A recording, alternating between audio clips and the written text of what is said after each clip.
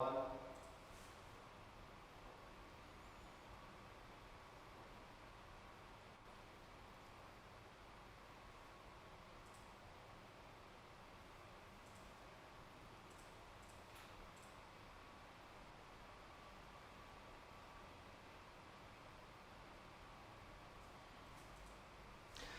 everyone, welcome back to 0 to 100 Challenge, and today is a very special session. We have a Q&A segment.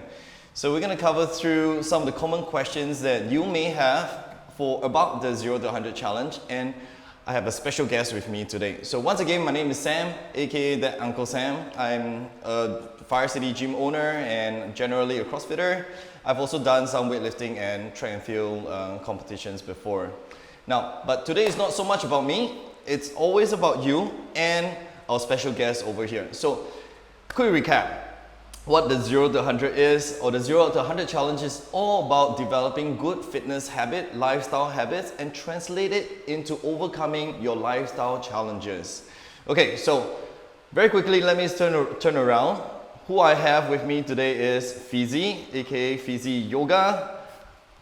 Introduce yourself. Alright, hello guys, good morning. Alright, so hi, I'm Fizzy. I'm teaching in your Warrior Studios. Alright, so I've been doing yoga for about maybe since 2015, 2014. Yeah, so initially when I started off, I was in when I started off this fitness journey, I was going to his studio, the Fire City, for a while. Until I realized that they weigh too much for me to handle. Look at him. Alright, so that's where I toned it down to a little bit more on the calisthenic side. So in probably about 2012, 2013, that's where I started off calisthenics. That's where all the bar routines, pull-ups, push-ups, all the dips, all the funny stuff that you see people flying around, chin-up bars, muscle-ups. So after a while, I realized that certain calisthenics routine needed certain form of flexibility, and I'm like any other guys out there. I mean, majority, I do not want to discriminate, but yeah, majority of guys out there refuse to stretch.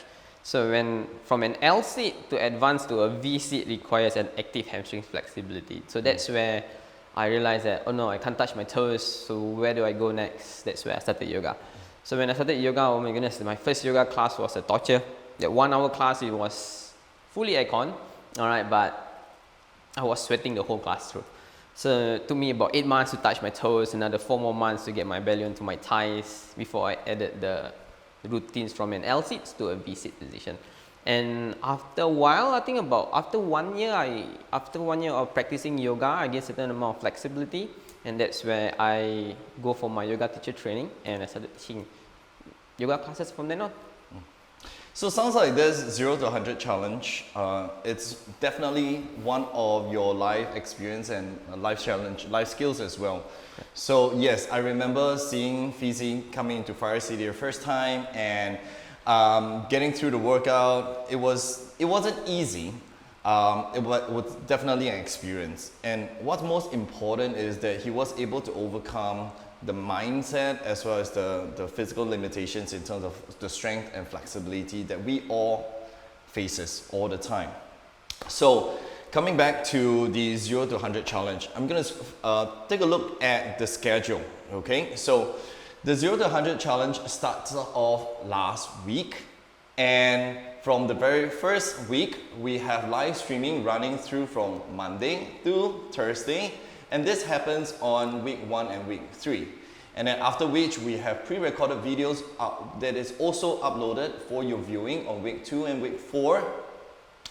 Don't forget to check out the weekly articles that is also posted up every Sunday. And what's even more important is join me live with fitness leaders like Fizzy every Sunday morning on this platform as well.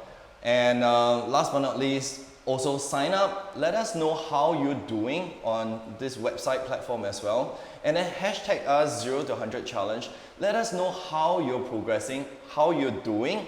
And also I tend to say this quite a lot as well, take the opportunity to video yourself, and as you video yourself for us to be inspired by your progression, it also allows you to see how you are improving as well, whether it's your range of motion, whether it's your movement, or just generally your performance altogether.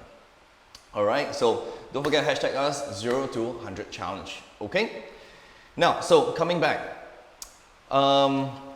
Fizzy, so you know about the 0 to 100 challenge, which is the 3 movements, right? Yep. Okay. Push-ups. So what do you think about if I were to challenge you right now, going into 100 push-up right now? What do you think? I think it will be a challenge for me because my practice has slowed down slightly bit. So rather than going to 100 in one go, yeah, I probably can last that long to reach 100. But probably next day, tomorrow morning when I wake up, I will sure saw a certain part of either the triceps or usage of external rotators and stuff like that. Yeah, but if I would say if you were to actually kind of like practice step by step, something along with Uncle Sam every day, I think he will confidently give you a progression. All right, you can start off with the knees down on the floor, assisted push-ups, and slowly progress up the numbers. And you will realize that in no time at all, actually, the 100 push-ups is actually within reach. It's So would you recommend anybody to perform 100 push-up in day one? Because this is a 5-week challenge, right? So would you recommend somebody to jump onto a 100 repetition test immediately? 100 reps. 100 reps to me, well, that I mean, in the world whereby we are right now trying to achieve so much so fast right now, I think you kind of like want to understand that you want to listen to that body a little bit more before you actually embark to the end goal. So when you have the end goal, you need to break it down to steps. So I would say you start off with maybe 3 sets of 20 on the first day, or 3 sets of 10 before you bring it up the number, 3 sets of 15, and you slowly bring it up to maybe you want to find it at the end of the 4 weeks. Yeah. You will get that 100 push-ups in one go. Yeah. Yeah. So what you were saying earlier is that instead of going straight from 0 to 100, even if you want to try, you should definitely fraction them into bite-sized pieces and rotate and move them around as well. So I think one of the key points that you mentioned earlier is also about like setting strategies and goal set. So in this 5-week challenge from 0 to 100, we have trainers like Cassell, like myself, presenting workouts on a day-to-day basis to help you achieve the 0 to 100 challenge. But the key thing also is about talking about like thinking skills, right? Like translating that as well. So do you think everyone is suitable in taking up on this challenge? Okay, so I would say that I will have to touch up on the point by Uncle Sam just now mentioned about taking a video. Alright, so that's his Instagram handle, right? So the Uncle Sam. So taking a video is a thing which I have been adopting for the past 3 years because of my upside down practice. So I always look at it and do a self-critic for my own. But I would say that in a challenge for these 100 push-ups, I would say you want to take a video of yourself doing it and watch that form slightly bit so that you kind of like don't get any form of unnecessary injuries. Once you get one type of injury like the wrist injuries, maybe your lower back because you're not engaging enough core, you're sinking down the lower back as you do your push-ups. The more reps that you're doing it, you're actually dumping so much weight on that joint, which will take a while for you guys to recover. The worst part about it is that once you kind of face an injury, the brain will kind of like get you to slow down a little bit more, and you just want to be in the safety zone. So which you do not want that to happen, because you want to stage yourself to success. You do not want to go too fast and get yourself injured, and then you realize that you get demoralized and not go for the end game challenge, the 100 push-ups or 100 sit-ups. So it sounds like there's a lot of things that we want to think about, especially as a fitness professional. We are constantly observing posture, technique, movement strategy and stuff like that. But let's just try to keep it a little bit simple, especially for viewers or for somebody who is not in tune to the 0 to 100 yet. Okay, so if we were to go by, like, if there are 2 things that you would recommend or advise somebody who is starting from ground zero, what would they be? I would say if you were to start from ground zero, I would say you want to break it down into bite sizes. Follow up with, we would say, the daily kind of practice we have over the week, the 5 days of practice. You got the pre-recorded videos. I think Then we have also live streamings. Those are practice, but I think Sam will actually give you digressions. Alright, like have the assisted workouts, knees down on the floor for your push-ups. I think that's the most challenging one. You think you look at it, the squats is kind of manageable. I think your sit-ups is kind of manageable. You just feel that soreness in your abs and core. But the hardest one should a lot of challenge. The challenge is actually the huge challenge is actually your push-ups. That part requires a little bit strength work. So you need to slowly instill kind of like small bite size, like what Sam says, the bite size progressions. So again, to summarize, you mentioned about number one, keep to a routine. So make sure you do something, even if it's something small. There's nothing too little. Okay, every single day, and keep to the routine. And another one is to modify and scale according to what your physical ability is. Yeah. I try to refrain from using the word limitations, but instead, on the other hand, is recognize what you can do, what your ability is, and then kind of like gradually grow from there. Because the only way or the only direction that we will all be going as we are developing is it's up and it's progression. Okay, so it's very, very unlikely that there is any regressions or there's any chance of injury that comes in as well. So now that I mentioned a little bit of injuries, what are the common things that you hear or you see among your students? So you teach in Warrior Studio, right? Yep.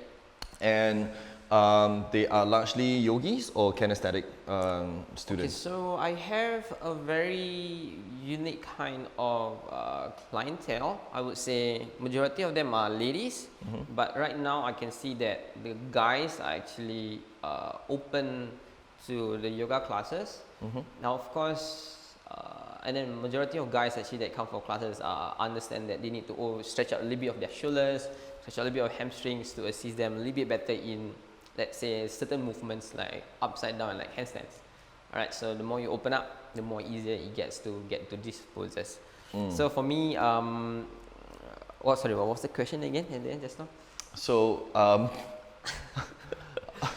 I was saying, what do you think would be what are the common issues or challenges that you might think that your students will have? The challenge is first is, I would say that the injuries whereby when a lot of ladies will have, I mean a lot of guys and girls actually, because we are not trained to do work or put load on our wrist, right, 100 push-ups and then if you were to practice it for 4 weeks, I would say you are actually taxing that wrist joint a lot. I would say you need to kind of like just listen to how your wrist behave or feels. That's why I think you have a catered 2 days of rest and 1 day of Q&A, and then the rest of the other days are for your workouts. Yeah. So just think on that wrist, especially in the yoga classes. Actually, there's a lot of people complaining about wrist issues. All right, so you have to understand that the stretching of wrist, the mobility of wrist, actually is something that I think is rarely shared. So you share that like wrists, it's one of the common issues that you hear very often, and I agree because all in all we are very used to carrying things, moving things around. But if you are a desk-bound, executive or basically working person, and then you tend to be on the keyboard, on the wrist, or on the mouse most of the time, the wrists. Pain and tightness. Yeah, tends to kind of like comes in pretty often as well. So then that's where the mobility, the stretching, the conditioning starts to come in. Now, so I hear that we touch base a little bit more on push-ups. So let's talk a little bit more about sit-ups and squats later on as well. Okay. But how about like you want to run through some of the common things that you would recommend anybody to work on to improve their wrist strength or wrist conditions? Okay, so I would say wrist strength and conditioning, I would say other than just floor to stretch, all right, before we demo it out, all right, so you want to try and understand that if you face any kind of injuries, it's not just about to stretch it out again, because you probably might tear a muscle, and when you add more stretch, you actually stretching out more, and then the recovery get a lot slower. What you can try and do, you add some, I would say, strengthening to it. You can just grab a 1 kg, and then 1 kg routine, you make circles clockwise about you can do 50 counts clockwise direction and 50 counts of anti-clockwise direction. That might add that strength to for kind of like the prehab kind of situation for your wrist, right? So this is okay. So when I personally started off like the calisthenics side of things, we did a lot of push-ups last time. All right. So when we did a lot of push-ups, it's actually a lot of wrist thingy for us, because going to an extension position for that wrist, you realize that it takes a lot on that position. So I did face a lot of injuries in my earlier days, so that prehab actually helps a lot, and it's always a wrist stretch for me before like on the physical activities. Now even you tell me to do a push-ups, I will do my wrist stretch before actually, or wrist warm up first before I actually come in for my 100 push-ups. Yeah. Or the sets of push-ups. So we recap. So among the students or the classes that you teach, wrist immobility or wrist pain is one of the common issues. And I like the fact that you actually are still seated over here and suggesting that the conditioning and strengthening of our wrist joint doesn't actually always requires us to be down on the ground, going into the presses or flexions and extensions all the time. You can actually be performing this wrist strengthening exercises, I want to call it, or rehabilitation, right on your chair. So things like holding onto the cup, doing rotation, Correct. that's good enough.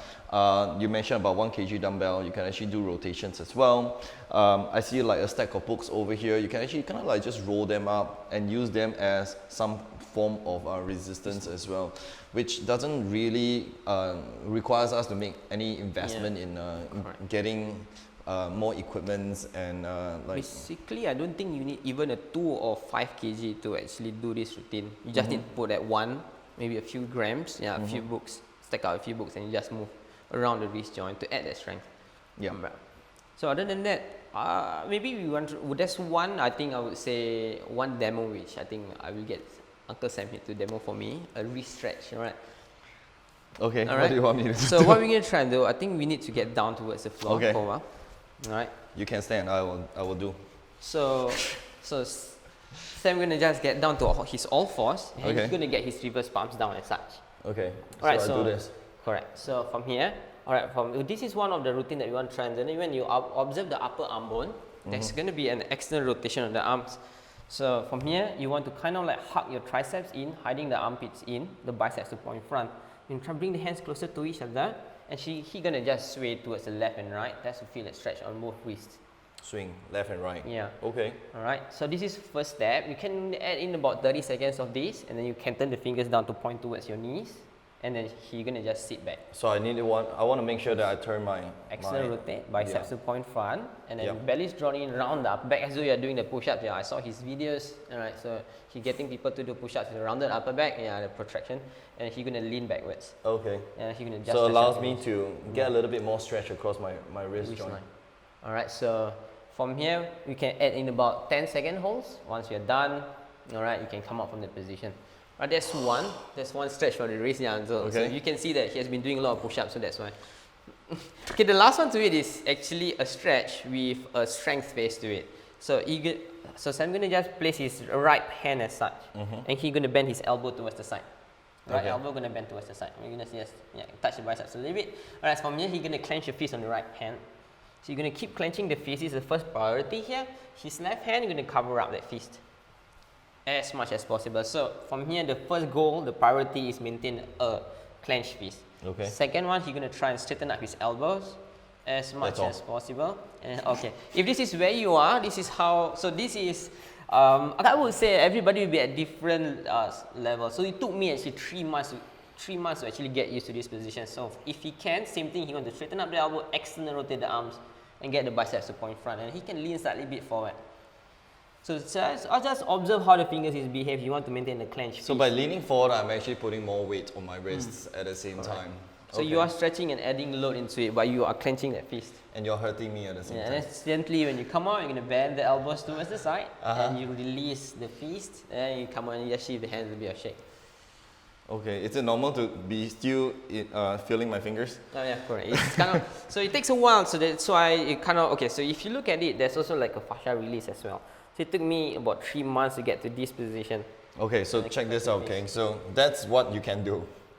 This is based on. This is my This type. is that's all that I can So do. we take a while to get used to it. So left hand, if you look at it, both sides we have different kind of sensation. The left, mine is my easiest side on my left. So Okay. I clench my fist. I'm going to cover up that fist. Okay. So make sure you have the fist is the main priority. Here's the strength part, and Okay. you want to add a stretch to it. Yeah. So the left hand, that generally, if you have a master hand on the right, the opposite hand feels a lot easier. Kinda. Yeah. Kinda. Yeah. So he used to train me so hard in Fire City. Now it's time for me to. I like how this is going. That basically means that every Sunday, if you stay tuned, you'll see me in trouble, a lot of trouble. So if you find this fairly easy, you can release your right hand. Okay. And then from there, you want to try and maintain the kind of the stretch on the wrist. Okay. You're going to try lift the left hand up while you maintain that fist. And you feel a lot on your forearms as well. I actually feel a lot. On the reverse palm. Yeah, the And back so of the keep palm. coming out, release. Yeah, so different people will feel different positions. Can go back to the chair. It's still alive. So when I did this, when I was introduced to this routine, the stretch was all the way from my forearms and all the way towards my triceps. I think it happens to you on the right hand. You feel a Yeah. lot on the right. Yeah. But on your left, you're just feeling it here. Because of what we always use, the bad habits, all the bad habits that we're using, doing all this while, and we're always dominant on that master hand. So that's why Sam's forearm triceps was feeling a lot more as compared to his left. So imbalances in the body happens lah. So just take note, when you take a video, other than the side view, you also can take a front view picture. Then you will observe your hands. One hand going to go a little bit faster than the other, and then you realize you're overcompensating on one side. So I just want to cover like, if you notice like how our camera over here is being angled and how we will position ourselves to allow you to have a better view, the same thing happens for yourself as well. So often than not, when we suggest our students, our members to take video of themselves, the phone is usually on the floor. Sometimes they face plant, sometimes they face up.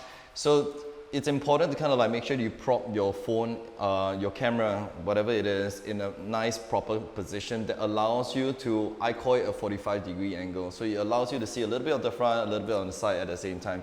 And then that way you can kind of like see your range of motion, see your flexibility as well. Yeah, and then maybe just nice, a split-second moment of a very nice photo, you can screenshot it and just post online. Okay, so if you're not familiar with Fizzy yet, just want to kind of recap back very quickly that this guy went from being a civil servant into a financial consultant into trying to be CrossFitter for a very short time and then moving on into kinesthetic and then moving on into yoga. And where he is today, he's definitely one of like the key fitness leader here in Singapore, demonstrating like amazing skill sets and showing ability to grow in the world of like movement practices. And I call it movement practices because at the end of the day, I always believe that whatever you're doing, whether it's a kinesthetic or yoga or CrossFit or powerlifting, weightlifting, yoga, Pilates, I repeat the yoga, I'm sorry. It basically allows us to relearn and being mindful about our physical well-being and our body altogether. Okay, so we also have a list of questions over here. Some of the common challenges that has, or some of the common comments or feedbacks that has propped up over the week. So apart from talking about the wrists, let's talk about like the elbows as well as the shoulder as well. So have you had any shoulder injuries before, Fizzy? I don't have shoulder injuries, no, but I had an elbow injury. Elbow injury. All right, let's talk about shoulders first before we move on to, because the question we have over here is that, number one, if you experience having shoulder clicking or popping as you are performing your push-ups, is it common or is it normal? And what should we be doing? Okay, so for me, I personally feel that I think I did a little bit of research for the shoulders, where the shoulders is the most vulnerable. The movement at the end range of your push-ups whereby the shoulders is bypassing the wrist at the furthest most position. that's where the front part of your shoulder is actually the most vulnerable, at its most vulnerable state. So if you ask me, if you have worked for certain routines like plunge, or if you lean in that shoulders way so much forward by passing the hands, you might feel the strain at the front part of your shoulders. So that's where you want to, that's where your body is at its limit. But have you experienced like clicking or having any students coming up to mention about like shoulder click and shoulder pop when they are? Shoulder click, shoulder pop, not so much because of the, I guess in a push-ups it weren't that much, but it happens in other range. But I don't think it's that bad of an issue lah. What do you think? Well, it depends on shoulder health altogether. So we don't want to go too down deep into the mechanics and the anatomy of the shoulder, but first and foremost, actually my question back to you who have posted to us is like, where did you experience the clicking and the popping? Is it on the back of the shoulder or is it the front of the shoulder? But more importantly then therefore is that I can share with you some simple mobility or movement conditioning or preparation routine that could potentially allow you to relieve the shoulder tension, and then hopefully you get better. But if you can actually share with us a little bit more details, and I'm taking this opportunity to remind you if you're watching us, is that give us a little bit more detail about what you're experiencing during the workout, and that will allow us to give you a little bit more specific exercise, movements, rehab suggestions as well. Okay, so my turn. Okay, let's pull the chair back a little bit. So some of the common things that we have or I've come across among my team of members is that shoulder tensions and shoulder tightness, it's a common thing. We are often slouching, hinging forward, or holding onto our phone in this kind of like position over here. So having a good shoulder habit will also allow us to take away all these issues. Okay, so slouching forward too much would potentially tense up the front shoulder or stretch out the back shoulder a little bit too much over time. It could also relax or release both shoulders. So it's very hard to say from a rehab or movement perspective. It's like what is tightening, what is loosening. So what we can do without further ado is basically suggest what are the common things that you can do just to get everything all prepped up first. Okay, so first thing first, go down to a seated position, facing forward. Easy, this is very easy for you. It feels like okay, so what I'd like you to do is that you're gonna place your hands behind, okay, with the fingers pointing behind, backwards. So with the fingers pointing backwards, what you see over here, that what Fizzy is doing is aligning the fingertips in line with the shoulder. And so that kind of like puts you in the shoulder width position. So very, very generic position.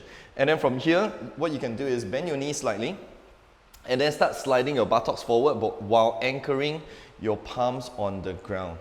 Okay, so now, as your shoulder mobility gets better, there are two things that you really want to do. Number one is pop the chest up more and more and more and more and more.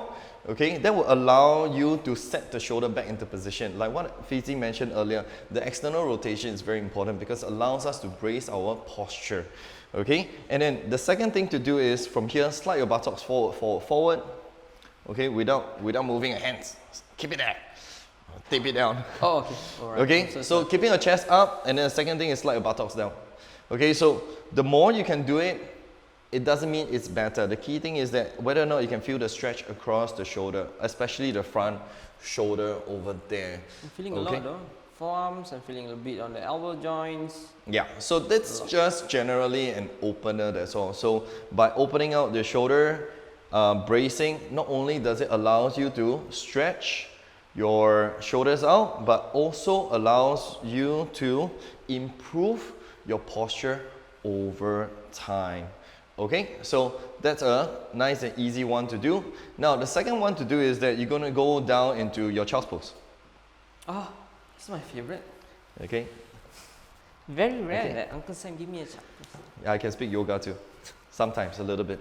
Okay, now stay chill first. Okay, Fizzy, come up first.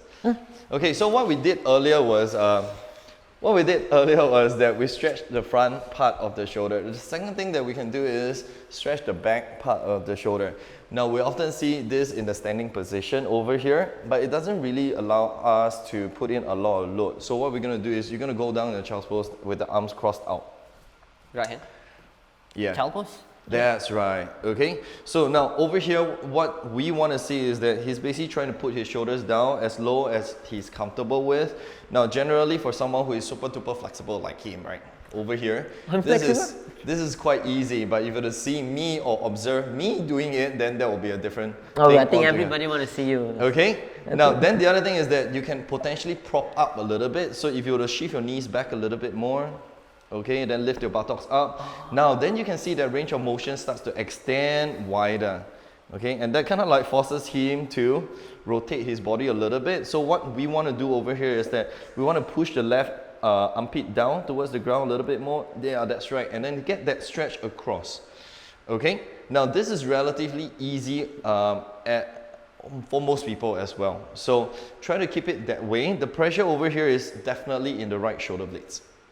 All right, you want to switch side and just make sure everyone can see. Oh, this is so nice.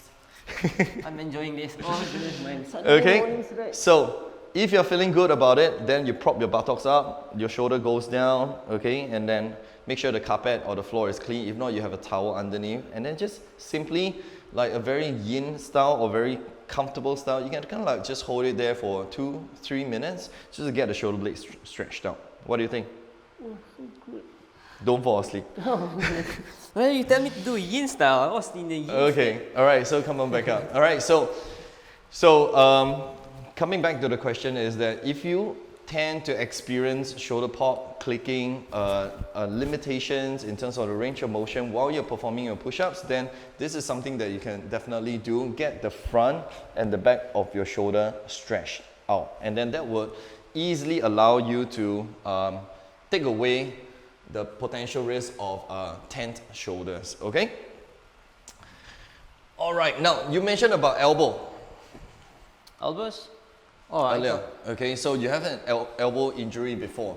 Correct. So what was this elbow injury? it happens when I started off loading so much weight for that prep to muscle ups. Yeah. Yeah, and then that's where that elbow out towards the side. I think it's either a tennis elbow or which other? Golfer's elbow, Golfer's okay. elbow, either one of that. So let's cover this through as well. So often than not, I also come across people mentioning that like there's elbow tensions, elbow pain while you're performing push-ups. And push-ups is such a basic, simple movement that we can all practice at home. So what do you do to elevate the situation? So that's where I guess form comes into place. The more you exert your practice into a very wrong posture, all right, and of course the video come in very handy as well. Self-critique actually is a very useful tip for you, especially when there's no coaches around to see how you're practicing. The only way is to review your own video, your own self-practice.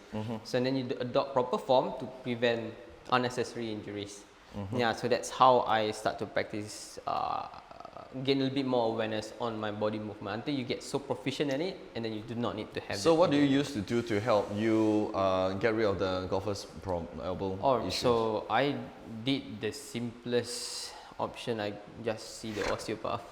I mean, I got the physio because it was so pain, right? Because I cannot hold that bar anymore. Okay. That's where my elbows, I can't even exert a pull without feeling any pain at that point in time.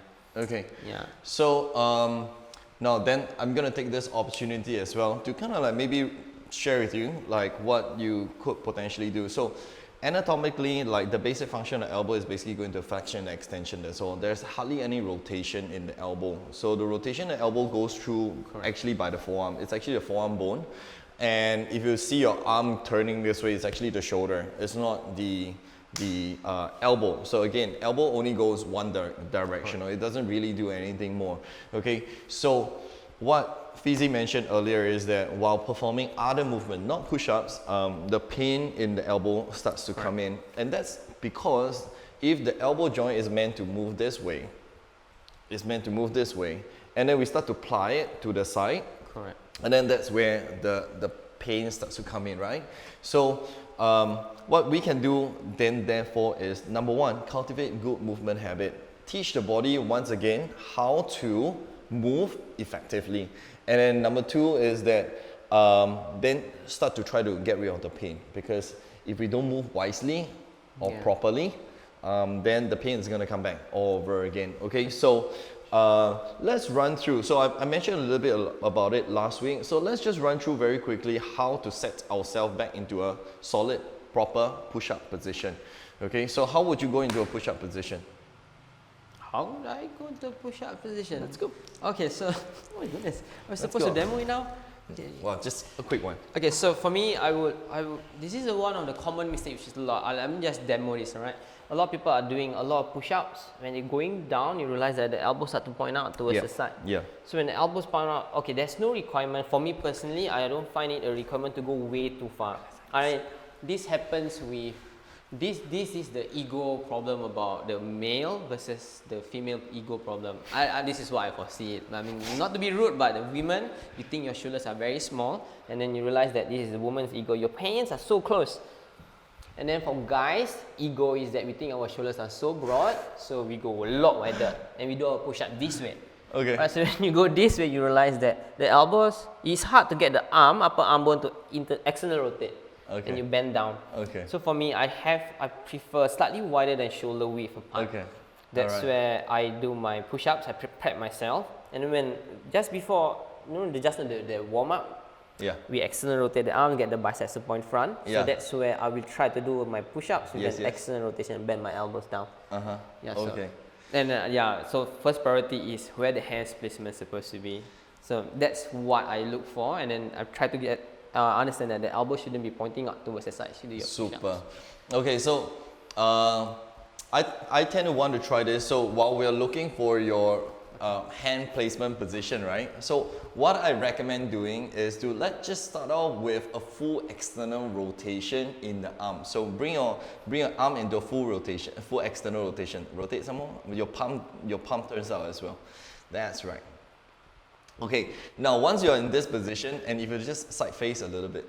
Oh, side face. Yeah. Okay, if you side face a little bit from the camera, you'll probably see that in order for him to be in this position with the palm, the heel of the palm in position, that kind of like forces the shoulder to be in position over the wrists as well. So number one, we kind of like get that first vertical position.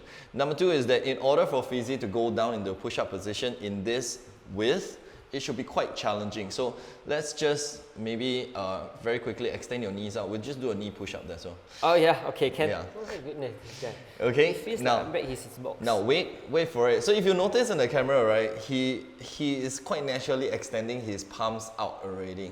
And that kind of like teaches us that, hey, it's turning, it's basically putting him back into the natural position. Because earlier on your palms was a little bit closer, right? So now that I mentioned, all right, let's go into a push-up position. Your hands just naturally went out wider. Of course, my shoulder is tired, no? Correct. I'm getting low here, you're talking. Once the body is tired, Way too long. that's why it's called Uncle Sam. Once the body is tired, quite naturally, the shoulder will want to sit vertically over the wrist because that's a nice stacked position. Now from here, once you lower your chest down to the ground. Goodness, this guy. Yeah, chest to ground, it's okay. All right.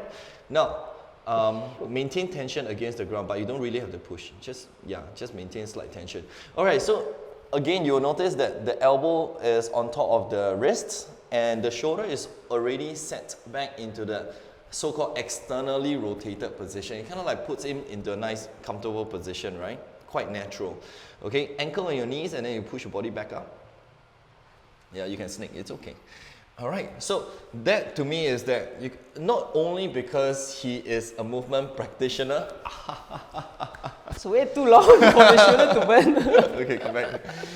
Okay, not only because he's a movement practitioner, but also that what I'm trying to say is that once we attempt that and then going through the flow, you notice that the body naturally wants to go into a comfort zone. So it's almost like saying that if I were to say, hey, stand on your feet for 2 hours. Yes, there will be swaying initially, but over time, your body will learn that, if I stand on both feet, it's actually the most comfortable position. There won't be too much pressure on one knee or the other. Okay, so now continuing what we did earlier then, that simply by turning your hands back into position will actually set you into the nice, comfortable push-up position. Okay, so quick recap.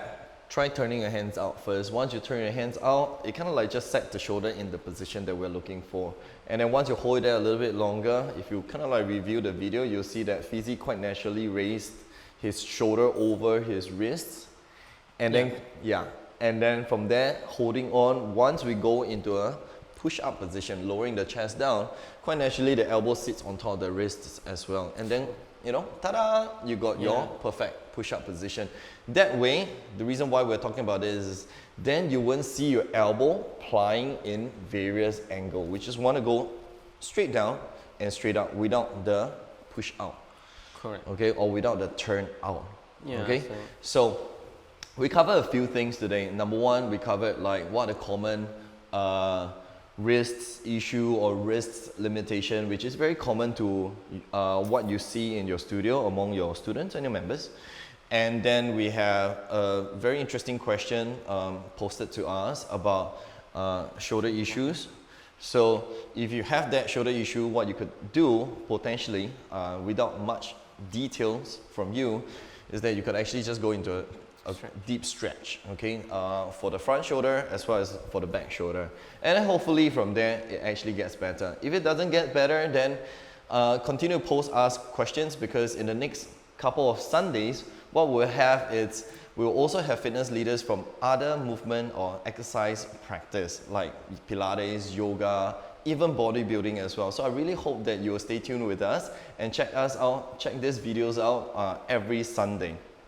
Okay, and then we also kind of like cover a little bit towards the end about elbow position, and if you have tennis elbows or golfer's elbow, it doesn't mean that you cannot move anymore. It just means that you need to position yourself and teach yourself to get into a better position such that you can relearn movement and get your routine back in life and don't feel the limitation. Because interestingly, you may not notice yet, but our body progresses and develops all the time. The body is constantly growing and improving. The body doesn't go down unless you mistreat your body by eating unwell, or exercising unwell, or pushing your body beyond what your physical ability can do. So long as you treat your body well, I can assure you and I can promise you, your body will always be growing. Okay, it will always be an upward trend. All right, so right now, today, since we have Fizzy over here, and one of the reasons why I want Fizzy over here is because this guy, he's definitely one of the best instructor or trainer I know when it comes to handstands. Okay, so we cannot leave today's session without putting him into an inversion. So I don't know, how are you going to handstand your way out of today's session? Oh my god, this is not planned. Can you like handstand and bye-bye? You didn't tell me about Can this. you handstand and bye-bye with your legs? Well, I can say bye-bye with the legs lah.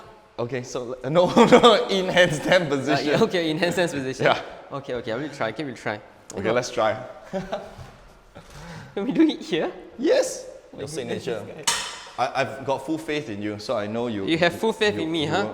I don't know whether I have full faith in me. I know you Let me won't. try this, okay? Let me try this. I need to go and set up myself first so that my Okay. shadow go inside All right, my face. meantime, I'll entertain you. It won't take Yeah, very there we long go. because this guy, like, just check out his Instagram as well, because the reason why I know he will not for this, clash Sam. Oh my goodness. is because he's the man, right?